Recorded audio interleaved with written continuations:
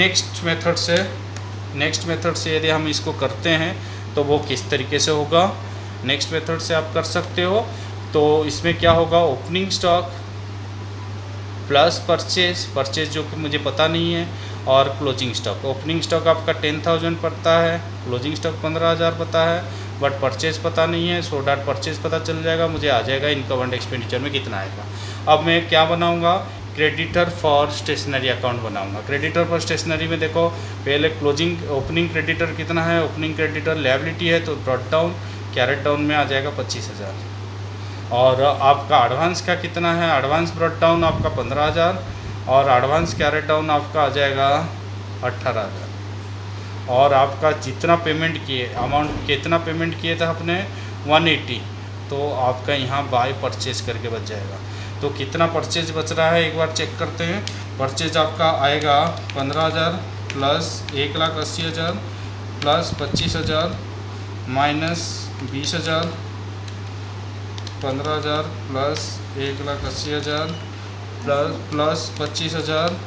Plus 25,000 minus 20,000 minus 18,000, तो ये आ जाएगा 182,000। यदि आपको कोई कैश परचेज दे रखा है वो भी प्लस आप कर सकते हो, लेकिन फ़िलहाल है नहीं तो हम इसको क्रेडिट परचेज इतना ही मानेंगे। 182 प्लस 10,000 माइनस 15,000, तो आपका यहाँ पे भी आंसर वही आएगा 177,000। तो आप किसी भी मेथड से आप इसको कर सकते हो कंज्यूमेबल आइटम का। आया समझ में? Opening creditor, closing creditor, opening advance, closing advance cross कर दिए। फिर आपका यहाँ पे क्या हो जाएगा, जितना आपने पेमेंट की है सो डैट आपका परचेज बच जाएगा। यदि आपने कैश परचेज कर रखे हो तो इसमें जोड़ देना opening plus purchase minus closing. तो इसका मतलब यदि किसी क्वेश्चन में ओपनिंग परचेज दे रखा है तो इसका मतलब हमें कोई ज़रूरत ही नहीं है। मान लो इसी क्वेश्चन में मैं यहाँ पे अमाउंट पेड के जगह में यदि अमाउंट परचेज लिखता, मैं थोड़ा सा चेंज कर दिया और यहाँ पे मैंने अमाउंट पेड के जगह अमाउंट परचेज लिख दिया 1,90,000, तो इसका मतलब अमाउंट जो परचेज दिया होगा दैट मीन्स ये ऑलरेडी एडजस्ट हो रखा है, तो इसका रोल कुछ नहीं करना। तो खाली आपको क्या करना है, ओपनिंग स्टॉक 10,000 प्लस परचेज आपका हुआ 190 और माइनस क्लोजिंग आपका 15, तो ऑटोमेटिकली आपका आंसर आ जाएगा। तो इसका मतलब परचेज गिवन है तो आपको इसका मतलब क्रेडिटर और एडवांस ऑलरेडी एडजस्टेड। यदि एडजस्ट नहीं हुआ है तो आपको अमाउंट पेमेंट के साथ करना पड़ेगा, क्योंकि हमने जितना पेमेंट किए वो अलग होता है और जितना एक्चुअली परचेज किया अलग होता है। और जब परचेज दिया होता है तो हमें ऑटोमेटिकली पता चल जाएगा opening plus purchase minus closing that equal to जो भी आएगा वो स्टेशनरी कंज्यूम करके आएगा। ठीक है, क्लियर? कोई दिक्कत तो नहीं। अब हम देखते हैं इसको कैसे ट्रांसफ़र किया जाता है, बैलेंस शीट में कहाँ पे क्या ट्रांसफ़र होगा। तो आप इसको ट्रांसफ़र कैसे करोगे, ट्रांसफ़र इस तरीके से करोगे कि आपका एक तो इनकम एंड एक्सपेंडिचर अकाउंट में आप एक्सपेंस साइड में आप लिखोगे इतना स्टेशनरी कंज्यूम,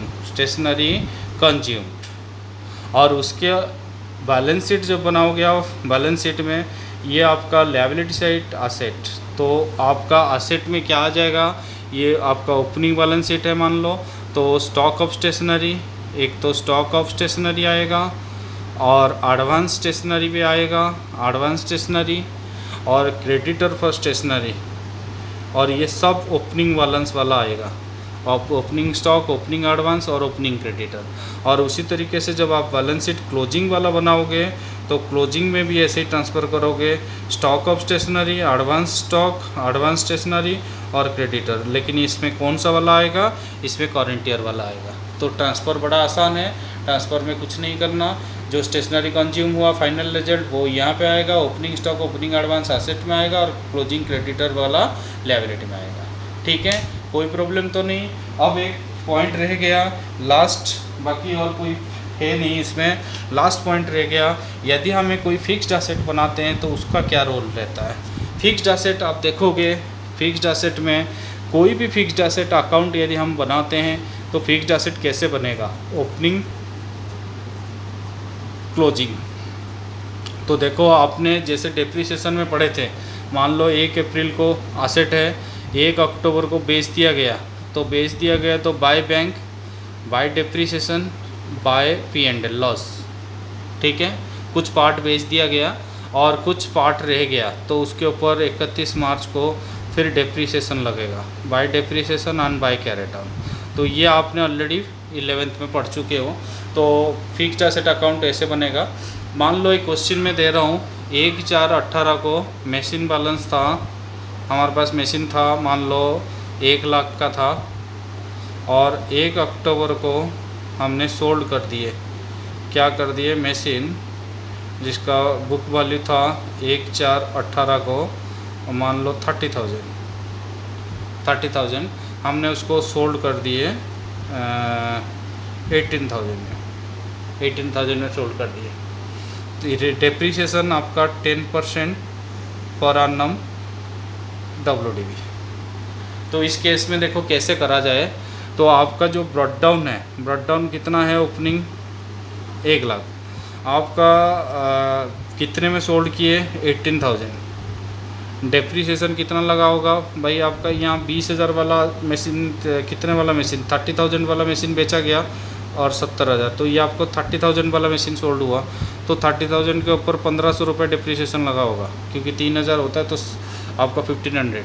तो इसका मतलब आपका लॉस कितना हो गया होगा, 30,000 माइनस 19,500, 30,000 माइनस 19,500, तो आपका 10,500 का यहाँ लॉस हो गया, ठीक है।